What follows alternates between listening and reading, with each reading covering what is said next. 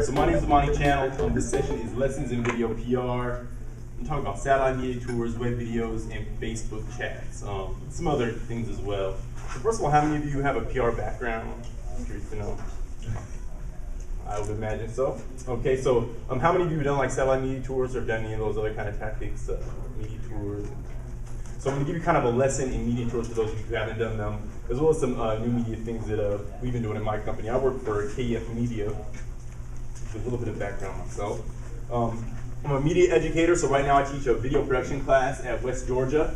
I worked as a broadcast news reporter. I worked at a Fox station in Tampa for about 8 years. I did some freelancing here for the Associated Press, and also worked as a correspondent for a network called HD News, which is out in New York, but I covered news in the Southeast up until about 2008 when all the news stations were like shutting down and changing their tactics and laying off folks. Done some freelancing. I've won a couple of awards. I've also been involved in social media since about 2006. And I currently work in broadcast PR as a digital producer for KEF Media, which has been in business for about 25 years, focusing on broadcast PR for clients. Mostly we deal with a lot of the big PR agencies. So let me just throw this out there, because what I know for you PR practitioners is an official definition of public relations, but what is public relations to you? What does it mean to you? Dissemination of information to the general public. Across multiple channels. Okay. Building Building relationships? building relationships with a section of the public that's relevant to what you're producing or what your brand is. Communicating.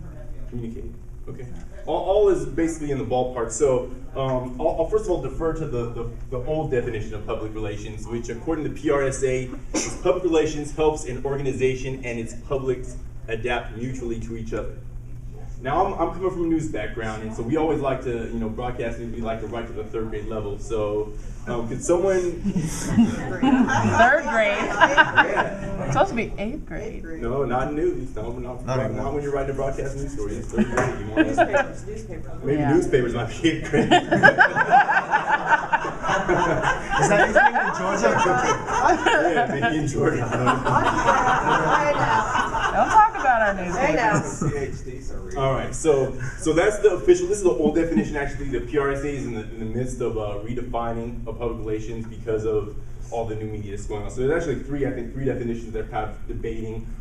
They kind of look similar to this though, so I don't know. So this is my definition of public relations. Of course, I'm coming from a news background, so I do have my own perspective. But I feel like public relations is the art of sharing a company, organization, or individual story through the media to either mention a specific product, service, to respond to a media inquiry, or mitigate a crisis. So that's, I don't know if you guys agree or not, but I just wanted to throw that out there. Of course, SoCon is all about conversation, so if you all have any comments or want to jump in at any time, please feel free to share your thoughts as well.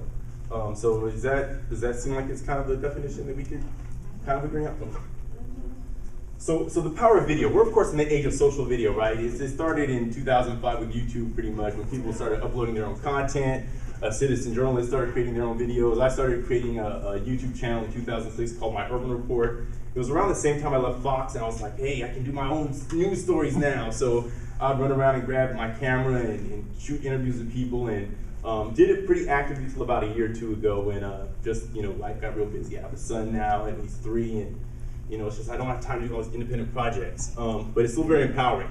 Of course, with video on the web, it's all about quality content, unusual, and this applies to news as well. Unusual, viral content will attract attention, and brands with a strong social footprint can use video to directly engage with their fans. And so, you're seeing a lot more CEOs even creating like their own YouTube videos. I think recently, within the last week or so, the new BlackBerry president created a 6-minute kind of rant. I didn't watch the whole thing, but it was kind of criticized. It was like, you got to get your messaging tight, keep it shorter. We'll talk about that a little bit more.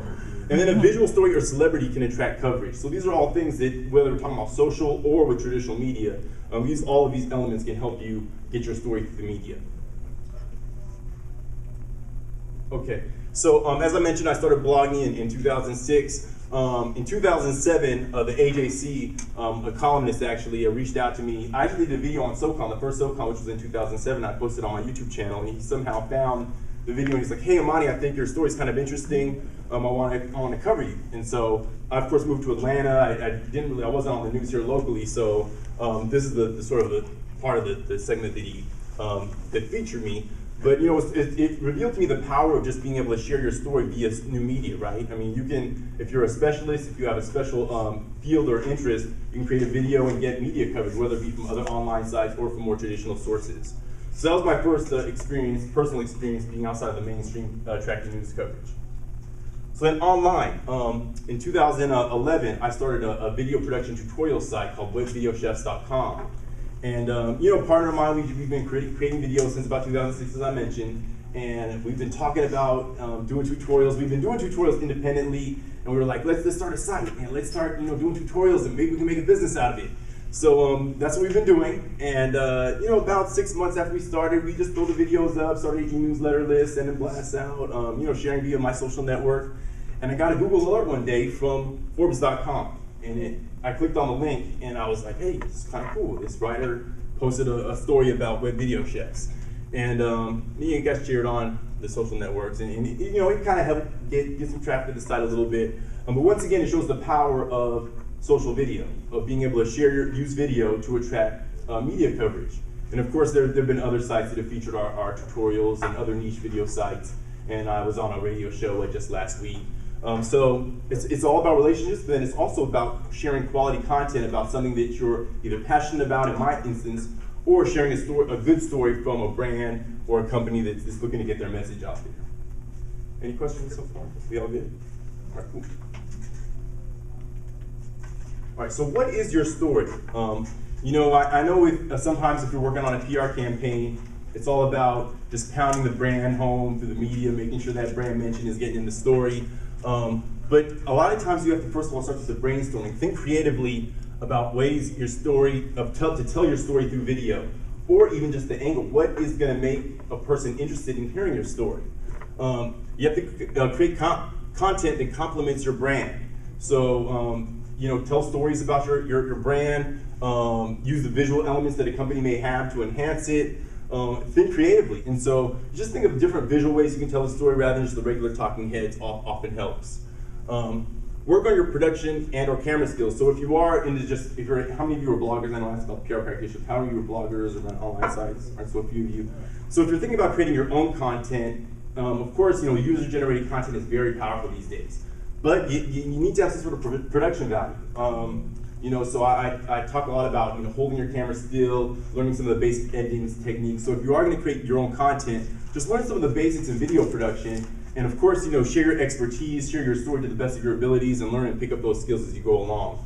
And remember, you have to remember that it's a marathon, not a sprint. So you may be hoping if you're independent to get attract coverage, but sometimes it's just by doing it over longevity. The more you create videos, the more you crank out videos, that's going to, when people are searching on YouTube or searching online, there's a greater chance someone may happen to fall upon one of your videos. So just by doing it consistently, putting out videos on a consistent basis, that can also raise your visibility.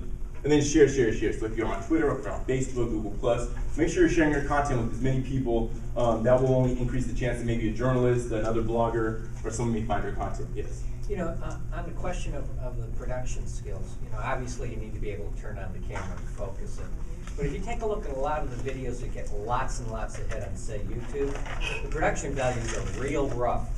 And I kind of, at some point I expect to see really crisp stuff on YouTube several years down the road. But it seems like that almost creates a sense of authenticity. How do you balance that when you're? For me, I always try to use professional techniques. So I try to make sure I'm always mic'd. I try to make sure the lighting is sufficient. Now I do know that there are people who create very creative videos that are entertaining. So a lot of times you'll find those entertaining videos like the things that white girls say to black girls or something. I think that was pretty viral, and there was all sorts of variations of that video that went on. So I mean, those they're entertaining though. So it's a mix of being entertaining yet having that production value, I feel. Yeah. Also, what's appropriate? If it's something for corporate, like you was just saying, it needs to have high production value. If it's something that's just good content because something happened on the spot, you happen to have a camera, they won't care about the quality of that. But I was gonna say too is it's amazing the amount of content that's out there that doesn't have some kind of watermark or just somebody's Twitter handle or whatever on there. So it's like on the slide. you know how to get at them because of that. So yeah. It really depends upon what your goal is at the end. So if you want to have a really polished video for a brand, and I think any sort of brand will want to have some sort of production value to it, unless they want to have that user-generated look. Like I think there was that E-Trade commercial with the baby that was kind of talking. It looked kind of like it was shot with a webcam or whatever. I mean, obviously it was produced professionally, but it still had that kind of webby look. So it's kind of a mix of the goals. Didn't mean to interrupt. What did you just say about marking the video? Like, do you suggest like putting a watermark of the Twitter handle on the video, or your website if that's what you're trying to drive? Yeah, it's always a good idea. So anytime you're posting a video to YouTube, it's like you see the. I don't know if many of you can see it, but I put the web video. This is the web video chef's template that I just used for my PowerPoint presentation. But yeah, it's always good to watermark your video, put a website, put your Twitter. YouTube will allow you to put annotations, so you can actually put little graphics within YouTube that please subscribe, rate my video, because all those things will increase the algorithm will increase like the searchability of your video based on how many people are interacting with your video. So on YouTube, it's good to do that. Is there another question? Was that okay? All right, cool. Any other questions about helping tell your story? All right, so just think of creative ways to tell your story. Think of visual ways to tell your story. So like I mentioned with the BlackBerry CEO who just created a talking head video, that could be fine, but it just needs to be a little bit shorter than 6 minutes because it's hard to watch as a person, and they had like a step and repeat, so it had step and repeats are used a lot on like the Hollywood red carpets where they have like the logos or behind. They use them in like the NFL press conferences where they'll have like a couple sponsors and they'll have the logo, and it's like it's a repeat of the logo basically. It's a branding thing, but it's not very visually interesting to look at. I just want to know, is there a time element, like when you say too long, are you thinking, when you're saying, how long do you think most of these things should be? I mean, I know it depends on the situation, but how long do you think for most people to stay engaged? I think that the rule of thumb is, okay, so when I worked in news, 1:30 was a long story. No, 2 minutes was a long story. Like the average story in my station was about 1:30, but these days I've talked to some photographers who are like 1:15 is all we get to tell the story. Just because, most radio songs, how much songs on the radio with 3 minutes? So I say anywhere in that range will probably be fine for a video length, unless it's really engaging. So if I post this video on, one of my channels, I would assume that someone might want to watch it through its entirety if they're clicking on it. So if you have something very specific that someone is searching for, some specific information for a niche, I think it can be longer depending upon the value of the content. But in general, we all have pretty short attention spans. Everyone's clicking on links. Everyone's, we're all distracted. We're watching TV on the internet, doing things at the same time. So yeah, keep it short if you can. If I'm coaching a new vlogger, I would say 30 to 90 seconds and make 2 points. If that helps. Yeah. Run that by me again. 30 to 90 seconds and make 2 points. Yeah, I usually say 3 points and yeah. You're talking about a geek blogger, right? Yeah, like a video blog, especially a new one. Yeah. So like you're talking on the webcam, hey, I'm so-and-so, do your intro, get your message points, do a summary, and then your call to action. Please subscribe to my e-newsletter, go to my website, whatever it may be. Keep it kind of short. And people will come back if they want to see it, share some more information. All right, so I'm going to get a little bit into some broadcast video tactics now. I know some of you are PR practitioners. So with broadcast PR, it involves a newsworthy angle, usually a celebrity spokesperson or a prominent blogger, an author, a doctor, something like that, a CEO. You of course pitch a story, and then you measure the results. So you have some sort of goal, whether it be the market size or how many stations you want to book, that sort of thing. Some people ask me, I follow conversations sometimes on LinkedIn, and I saw a post recently that was asking about video news releases. A video news release is basically a news story, but it's basically crafted by a brand or a company that has, some sort of, it's written like a news story, but then it would have some sort of, specific messaging involved. And what used to happen is in PR, companies would hire a company to produce a video news release. They would send it to like one of the feed services by one of the networks, CNN and ABC, they all have their feed services. And what would happen is that video news release would get integrated with all the other news of the day. And since it looks and sounds like a news story, depending upon what the messaging was and what the story was, the news value of the story, other stations would pick up on the story. A lot of times the anchor would just retrack it because you would send the actual anchor track, the track. Anchor would just retrack it, they would re-edit it with the anchor's narration, but it really wasn't a piece of journalism. There really wasn't any other news gathering that was going on in it. And during the Bush administration, if I'm getting the story right, the Bush administration put out a video news release, and it was made public that it was basically a piece of propaganda and that kind of killed the video news release business. So that pretty much killed it. So They were just deceptive. yeah, but it'd been going on for years, and you know, companies that were making profits by distributing, you know, these news stories, these pseudo news stories. So, you know, video news releases, now you can still do one and use it for, put on YouTube, of course. So if you have a company, you want to put out a little news story about your product, service, or make a big announcement, I would say do so. Do not, it's just that getting it through the broadcast news is a different thing now. But yeah, share on YouTube or your Facebook, something like that, it would work. The other thing that is produced sometimes are what's called B-rolls. And what B-rolls are, they are video of a certain newsworthy or brand event with sound bites, and those are fed to stations. And we still, KF Media, we still do B-rolls on occasion. The ones that are more successful tend to be really visual, really different, and you know, because you know, news stations get pitched all the time. So unless something really catches a producer's attention, they're just going to glance over it. But really, what the bread and butter KF Media is satellite media tours. We do satellite radio and internet media tours, and people always ask, what is a media tour? And I actually, our company created a video because it's a little bit easier to show you through the video. So let me show you through the video, and then if you guys have any other questions, I'll be happy to answer them.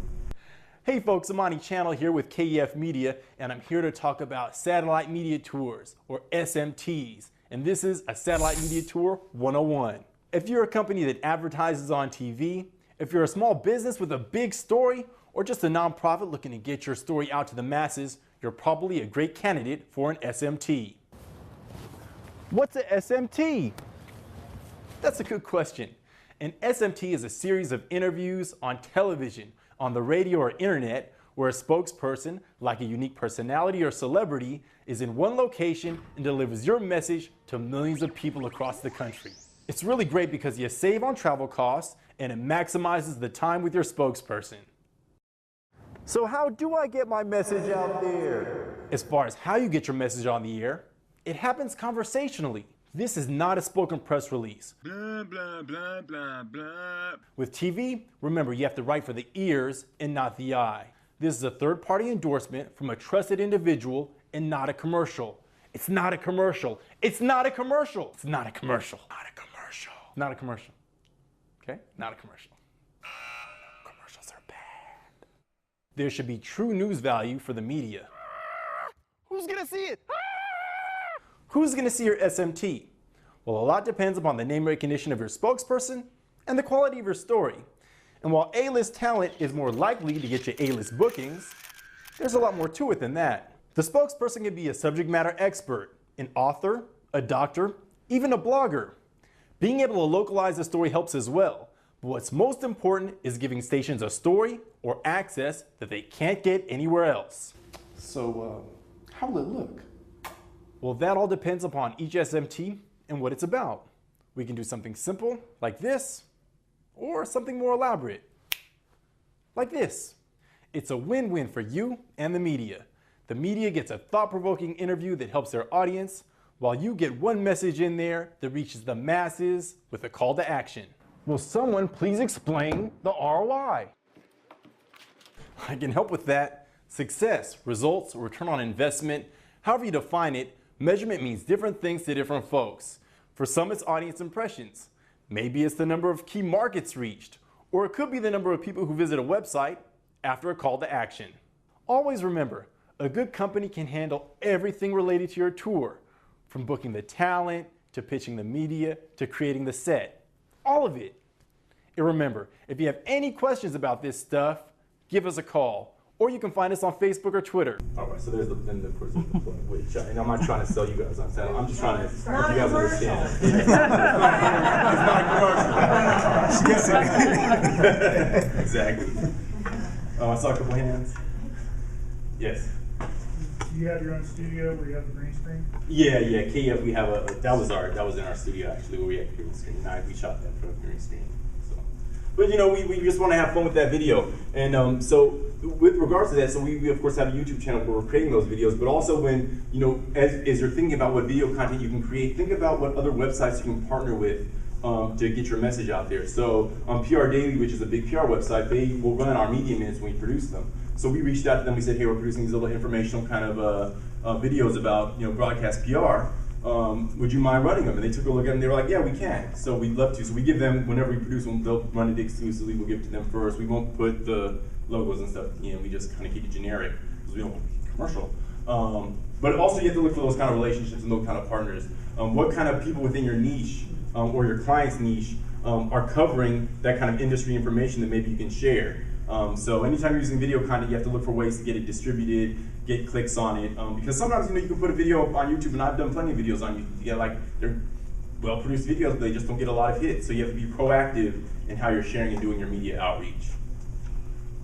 Any questions so far? All right, so these are some of the kind of new media tactics that are out there. So there's what's called a multimedia release. And if I was logged on, I have an example. But basically a multimedia release is a digital press release that includes photos and sometimes a video as well. So it's something that we produce at KEF, but there's there's some companies that produce them. A lot of companies are creating their own multimedia newsrooms. So you can go to the newsroom, you can check on the news, there's videos there's photos. It makes it very accessible because the whole idea is to make it easy for the media. The easier you make it for the media to share your story, the easier it is for the whole process. So if you give them photos, high quality photos they can use on their blog for bloggers or for news reporters, it can make the whole process a little simpler. Now with the multimedia release, what we found is that it's important to if you have I don't know how many of you use PR Newswire when you're doing releases, but put a link to the multimedia release within the PR Newswire release. Because that way, as it's getting distributed, people can click on that and then go to the multimedia news release. Whereas if it's just posted on a website, unless you're driving the media to your specific multimedia release, it can sort of get lost in the mix of things. So create videos for your Facebook page.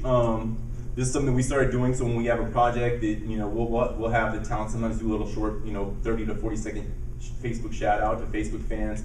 Facebook is those are fans looking for specific brand information. So it's not so important to make sure it's generic information. You can talk about the brand. People are going there specifically to learn and interact with your brand. So if you're doing a video for Facebook, it's okay to pump up your brand a little bit, share some inside information with them, that sort of thing. Always ask for questions. With Facebook, you want to engage and have those conversations. So what we'll do is we'll ask people to ask a question afterwards. Leave your thoughts, leave a comment, on the Facebook page. And then we've been doing live Facebook broadcasts. So this is again within that kind of the new media services. But Facebook, folks who have really strong Facebook followings, it's a great opportunity to have a spokesperson or whoever interact directly with the Facebook fans. And so one of the clients we've been working with is Infinity. And I'll just show you an example. I won't show you the whole video, but this is basically what it looks like if you do a Facebook video chat.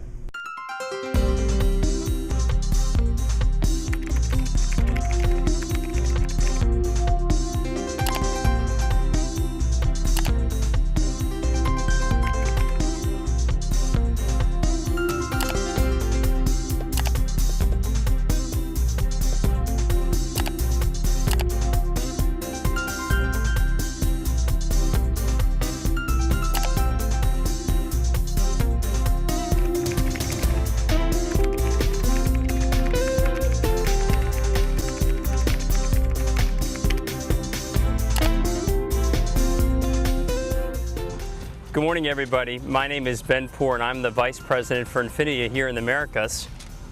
Hi, good morning, everybody. My name is Shiro Nakamura. I am Senior Vice President, the Chief Creative Officer for Infinity. And today we're coming to you live from the Pebble Beach Concours d'Elegance in California. And this is our first ever live series for Infinity Live. And we hope to carry these on in the future, but we felt it was a really nice idea to bring you out here to the Concours d'Elegance. You can see behind us one of the cars we introduced here, the new Infinity Etheria, which is a concept, and we'll talk to you a little bit about that in a second. Shiro-san, the first question actually came in from Meredith, and she's asking, can you tell me about the design inspiration behind the Etheria?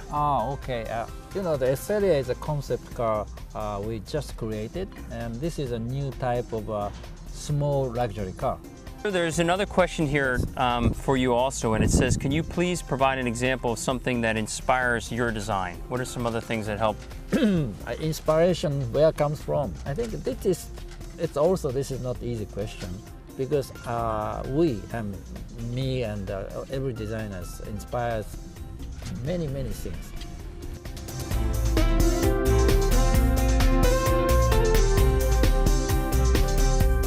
So we were out in Pebble Beach, and I think it ran 30 minutes or so. Yes. Do you have to, how did you go about like setting that up? Is that like an app that you have to pay for from Facebook? Yeah, there's a couple of services that do live stream. Yeah, and you go through and you set it up and kind of configure the channel. Okay. What we'll do a lot of times is we'll have what's called a start card. So we'll put some information about what time the chat starts. At the end of it, we'll put a little thank you for watching. Sometimes our clients want us to archive them. Sometimes they don't. It just depends. Some of the different live stream sites, like Ustream and Livestream, there are different premium rates that you have to pay for. Yeah, that sort of thing. So it's like a service, and then you can say, oh, I want it on Facebook. Yeah. How do you promote the fact that you're having this live chat? That is a great question. So what we have found, is that you have to promote within the social media space, because obviously these are folks who are already hopefully engaged on the Facebook channel. So what we recommend and what we suggest is that promote on Facebook, buy Facebook ads. That's always good to do a Facebook ad buy, because the ads can be directed towards the special interests of if they're like car enthusiasts. Obviously they'll have the ads pop up on their page, and then just the brand. I mean, sometimes we'll ask the talent who's ever part of the chat to tweet out, just depending upon what their following is. But definitely everywhere on social media, we suggest that folks share it. And so we don't always take responsibility. It just depends upon how our arrangement is with the particular chat. But we'll provide the chat, the setup. We'll do all the configuration, make sure the crew's there. But it also is upon the client to make sure they're promoting it and take the extra steps, unless they want us to do like the ad buy and all of that sort of thing. But it's very important. It's very important to promote it, because if no one knows about it, who's gonna watch it? Yeah. Something like what you have with Infinity, was that a live feed, or was that something that you had taped prior? No, that was live. They did that live. So you do that through your laptop, or you have a camera set up? Yeah, there's an encoder, there's a camera, there's cables and microphones and all that. It's part of it. Yeah. Over here. Hi, I'm on. Hi. Yes. Do you know how they did, I think it was yesterday, they did a White House startup huddle on Google, and they were actually able to take questions off people's computers. They would sit in front, they would sign up to be part of that, and it was also broadcast on Facebook. Was it through G Plus or was it through Facebook? It was Google Plus, but it was also on Facebook. It was simultaneous on everything. There's probably and so people were able to ask video questions. Because if I believe we haven't done a lot with Google Plus yet, but I believe with the Google Plus Hangouts that you can stream a chat through like a Ustream. And then if you would have the Ustream app on Facebook, you could simultaneously get it to multiple channels. That's probably what they did. I'm not 100% sure, because I haven't, I'm just now hearing about it. But it's probably something like that. I mean, the good thing about a lot of these apps is that, and these services, is that you can reach multiple channels. So if something is on livestream.com, it can also be on Facebook. You can have a widget on a blog. You can have it wherever you want to share the live content. You had a question? I'd like to know, if you don't have the resources that, say, Infinity does, or other businesses, you're doing this independently, how bootleg can you get? Like, how basic can you get? Because you can do a live stream with your webcam and a laptop. Just some good lighting. I would say just some good lighting and good audio. Okay. Audio is going to be. Yeah. Oh, I know. I hate things like audio and lighting. So this is just some, and with that, you got to make sure you get in a day early and test everything, because it's important to make sure the audio is tight. And things go wrong in video production in general, like crazy things happen, like cables go bad, and equipment breaks down, and it could rain, weather. So you got to test. Like I said, make sure your audio is important. Audio is more important than video in some cases, in many cases.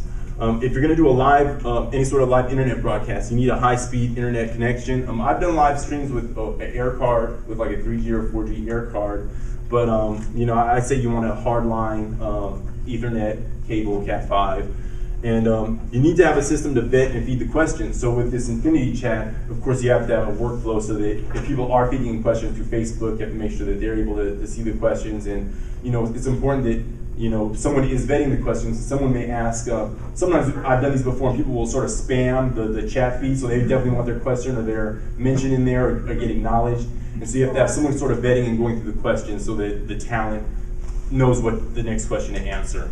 Does that make sense? Could you go over that just a little bit more on how that would work? I mean, I work for a hospital system here in Atlanta, and we've done some of those with physicians. And physicians, some are very technology smart and some are not at all. And we're sitting there typing for them and the whole works.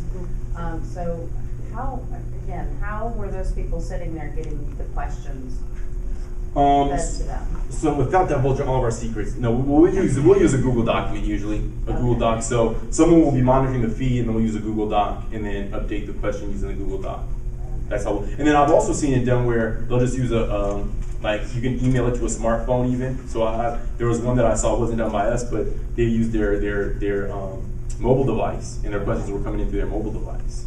So there's some different ways of doing it. Just the important thing is that there's someone looking at the questions, and then you have a system of whether you can use email. I mean, however you do it, you just have to make sure your talent knows which questions to acknowledge. And it has that, you know, oh, this person has a question. Even if it came in like 5 minutes ago, it's important that you have that, you know, the questions in order and the order to be. And it's also important to have some preceded questions as well. So have 5 to 10 questions that jump off the conversation, because, you know, sometimes people log on late. And, you know, it's taking a while for people to get there, so you don't just want to start it off and, you know, you don't have any sort of, you're not prepared to have any sort of interaction there. All right, so do you have any other? Yes. Who are some of the service providers you mentioned? Yeah, there's a few of them. There's Justin TV, Ustream, Livestream. Yeah, and then most of these sites have premium services. So like, anyone can use Ustream to do a live broadcast. But if you want it without that, but it has ads. It's laced with ads. Like ads will pop up before your people tune in. During it, you'll have a lower third ad. So if you pay for one of their premium, if you get a premium channel with Ustream or Livestream, there won't be any ads. And then you can have more flexibility in terms of how you can customize your channel and that sort of thing. So Which one do you prefer? I prefer Livestream. What kind of cost are we talking about to hire somebody like Livestream? Well, you can go direct. I don't know how much Livestream charges to do theirs, but we also, our company also uses any of those platforms to do live streams as well. So. What about encoders? Do you have to have your own? Do you rent them, or? So there's a couple of ways to do it. We use a I/O device. It's a Aja, and so it'll take multiple video streams, and then it can feed out via FireWire, which we'll use. Also, Ustream and Livestream itself, I mean, they basically do encode the video if you get the signal in via FireWire, so they will encode it. There's other encoders that you can use, Tricaster, which is also a digital switcher, so you can get multiple video signals in. I mean, you can use a Tricaster to basically be your TV studio. So you can rent a Tricaster, get the crew together, just make sure everyone knows what they're doing, get some other people who know how to use the equipment. But Tricaster is great if you want to do like a multi-cam live event. So yeah, and then I know Turner, you guys do provide live stream services too, so I don't know if you know anything about what you guys do. We do. Turner.com.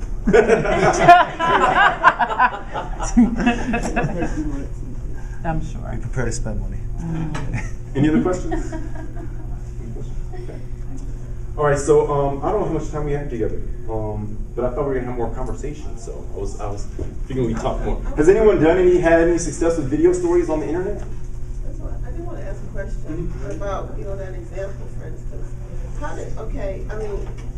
When you're dealing with a company like with Infinity, maybe they're like 20,000 or whatever. It's like they spend that just in a second. But I was saying, like, is there been any studies on the amount of ROI and these type of chats and things like that? In other words, it's great to do interest, but if you're trying to actually push product and sell it, have you done any type? Well, I think that it comes down to what the what social media allows people to do, and what brands to do is have that personal interaction with their fans and with their advocates. So right now we're kind of in the early phase of determining what if there is a cost benefit But obviously, if you have engaged fans and engaged audience that are interacting, they want to talk to a certain person, we did a live stream with Adam Richmond, who is a star of Man vs. Food. I don't know if you're familiar with the reality show. But he was doing a promotion through Visa, and so we did something very similar, where he went just did a live chat talking about his Man vs. Food experiences, his TV show, and then he also mentioned the relationship with Visa and that sort of. I mean, it wasn't like it was on Facebook, so it was on Visa's page, so it wasn't like it was a real, it wasn't like it had to not be a commercial. But I mean, they had people from all over the world tuning into it, and so each brand sort of has to look at what their metrics are, what their Facebook engagement is, and make a determination if you want to experiment with some of the new technology like a live stream. Can you make it available to viewers later? Yeah, you can archive it. You can make it available for viewers later. And you can also say, going back to ROI, at least lead generation, is that a possibility? Can you ask them to sign up with email addresses or anything like that? Well yeah, with the specific Visa promotion that we did, I mean, there was a specific application that they were encouraging people to download and use and that sort of thing, so there was definitely a call to action that they were looking to get out of the interaction with the people who were tuning in. Quick question, are you uploading everything to YouTube, and if so, how are you handling the copyright laws? Let's put everything up on YouTube, kind of belongs to them. So for our clients, we don't necessarily upload everything to YouTube. If we do like a web video for a client, normally we'll provide them with the raw file, like the MOV file or whatever, and they can, if we do a video for their Facebook channel, because we found this, since we're kind of like the third party, we're like the invisible partner for a lot of our clients, because we work with like the big PR agencies like the Edelmans and Fleischman Hilliards. So we're not promoting the project as being our own. We're promoting it as being for the client. We've done award-winning projects, but our clients get the awards. You know what I'm saying? Yeah. So we're like invisible. And I'm talking about for KF Media. But if I were doing something myself and putting it up on YouTube, yeah, I make sure that I try to avoid any sort of copywritten music. I make sure I'm sharing stuff that I produce myself. Just follow the rules. The reason I'm asking is I work for a college, so we're constantly doing these little, videos to keep everybody informed as to what's going on and that sort of thing. Mm-hmm. And we're looking for a different source to upload our videos to, because technically they can, YouTube or Google can sell the content of that, and we have no say so whatsoever. They can come back and sue us with it, and it's our content.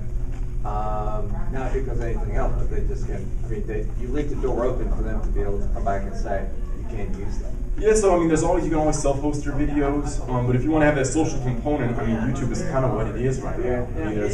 There's a couple other communities like Vimeo for my web video chefs, my video tutorials. We use Vimeo and YouTube primarily. There's another network called Blip.tv, which is more for independent, TV shows, kind of serial shows. Right. But those are like the main. There's some other ones like Metacafe, and there's some other network, Vidler. There's some other. We're exploring that. But like the good thing about Vimeo, so you can, if you get a Vimeo and upgrade to like a Plus account, you can have a lot of control over who's able to see your videos, what website it's published on.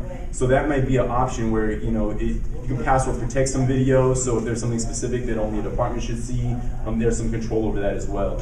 So there, you may want to explore that. But there's always self-hosting. If you really want to control, make sure you guys control everything. That's kind of what you give up when you're on these social networks, We're right? fighting with all IT on that. Yeah. Just because we need the space, we need the The bandwidth. Yeah.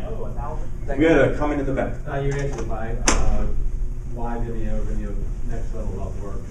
Yeah, and Vimeo is great. Like if you're producing like higher quality HD content, it's more of a creative kind of site where people are doing tutorials and that sort of thing too. But you're not getting the same general crazy kids recording whatever that you're getting on YouTube. So it has more of a professional vibe to it, I think. Yeah. Okay. Sorry. Oh, no worries. Okay. I have no media background. I have no video background. I have no VR background. I'm actually a forester, so I can tell you all day long about trees. That's Basically, I have a startup blog called forestgeek.com. So I'm reviewing like technology, gadgets for what we use in forestry, things like that, mobile apps. But I'm also teaching people about prescribed burning and why we cut trees and why it's important to preserve certain areas of trees, things like that. But I hear myself. I have a Kodak camera just like that, and I have a T3i Canon. And I just ordered an external mic. Oh, you're on the right track. I'm getting there. Yeah. But then I videoed myself. I set up my tripod, and then I watched it. And I'm like, oh my gosh, I sound awful, and we all do. And so, I sound awful too. So I'm thinking, like, if I could just dub your voice, that'd be awesome, you know. So, but in my head, like, the thing is, you hear yourself differently than everyone else does, though. And so the way your voice resonates within your own body, and the way your ears are picking it up, like I'm hearing what the camera or the recorder would hear when you're talking to me right now. And it takes a while to, like, you know, when I first started recording myself, and you know, my parents started letting us play around with recording equipment from a young age, so I've kind of grown up listening to myself sound terrible. But you know, as I started doing it professionally, you just have to know that you sound fine. And you're not going to like the way you sound, especially the first few times you record yourself and listen to it. But it's just a matter of you'll get used to it. And you sound fine. Believe me, you sound fine to me. You sound very knowledgeable too. What can I do though to sound like I'm reading less, or I guess to sound more informal conversation? What can I do? Let's have a breakout session. No, that's just breakout. We can talk about anything here. So you want to jump in, Ken? Oh, I didn't mean to like interrupt you, but I was gonna say like maybe someone could do a Q&A with you instead of just having you talk. And like the other thing too is that like you know, Kim Kardashian was like the #1 Googled celebrity, but who cares? You know, like she's not in your category for trees. Like I mean, based on how you carry yourself, if you're in a tree environment or the forest, I'll be like, well, obviously this guy is a forester or a ranger. He knows what he's talking about. You know, so I mean, your authority is based on who you are. So I would worry less about how you sound and just the fact that you present. You are the expert. So why wouldn't we trust what you have to say? You know, I would be less critical because you have the branding. Maybe have someone in the room. Yeah, and so what I will say is there are a few things you can do. So when I was first starting out in news and I was terrible, like I was working in the big market and had to cut my teeth there, but had to get up to speed pretty quickly. But read out loud like 5 minutes a day. Just practice what you're gonna say in the mirror. Make sure you're practicing having that eye contact. Watch your ums. You know, speak slow and deliberately.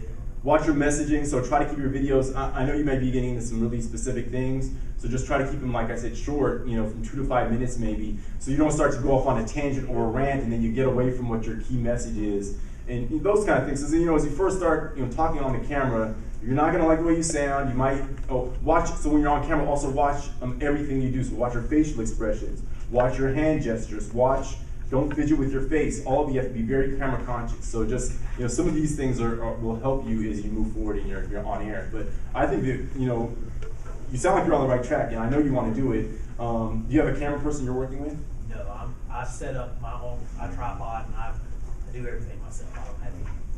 So if there's any way, like I don't know where you're based out of, but if there's any way you can partner with like get an internship and be like, yo, I need an intern to help me produce these web videos, and maybe partner with a school, a university that's like a mass comm program. I would say, you know, maybe find a student who can help you shoot and get it edited. Start there, because it's going to be a lot. You know, you obviously have your own profession, and the video production thing is a whole other area of expertise. That being said, I think you could probably be a very good video producer and learn it all yourself, but you know, it doesn't hurt to have help. Like whenever I'm doing a professional project, I'll usually have a camera person, I have an audio person, I have an editor. I can do everything myself, but you know, it's good to have a team around you as well. Does that help? Yep, cool. Absolutely, thank you. Let me grab the seal and then we'll get back to you.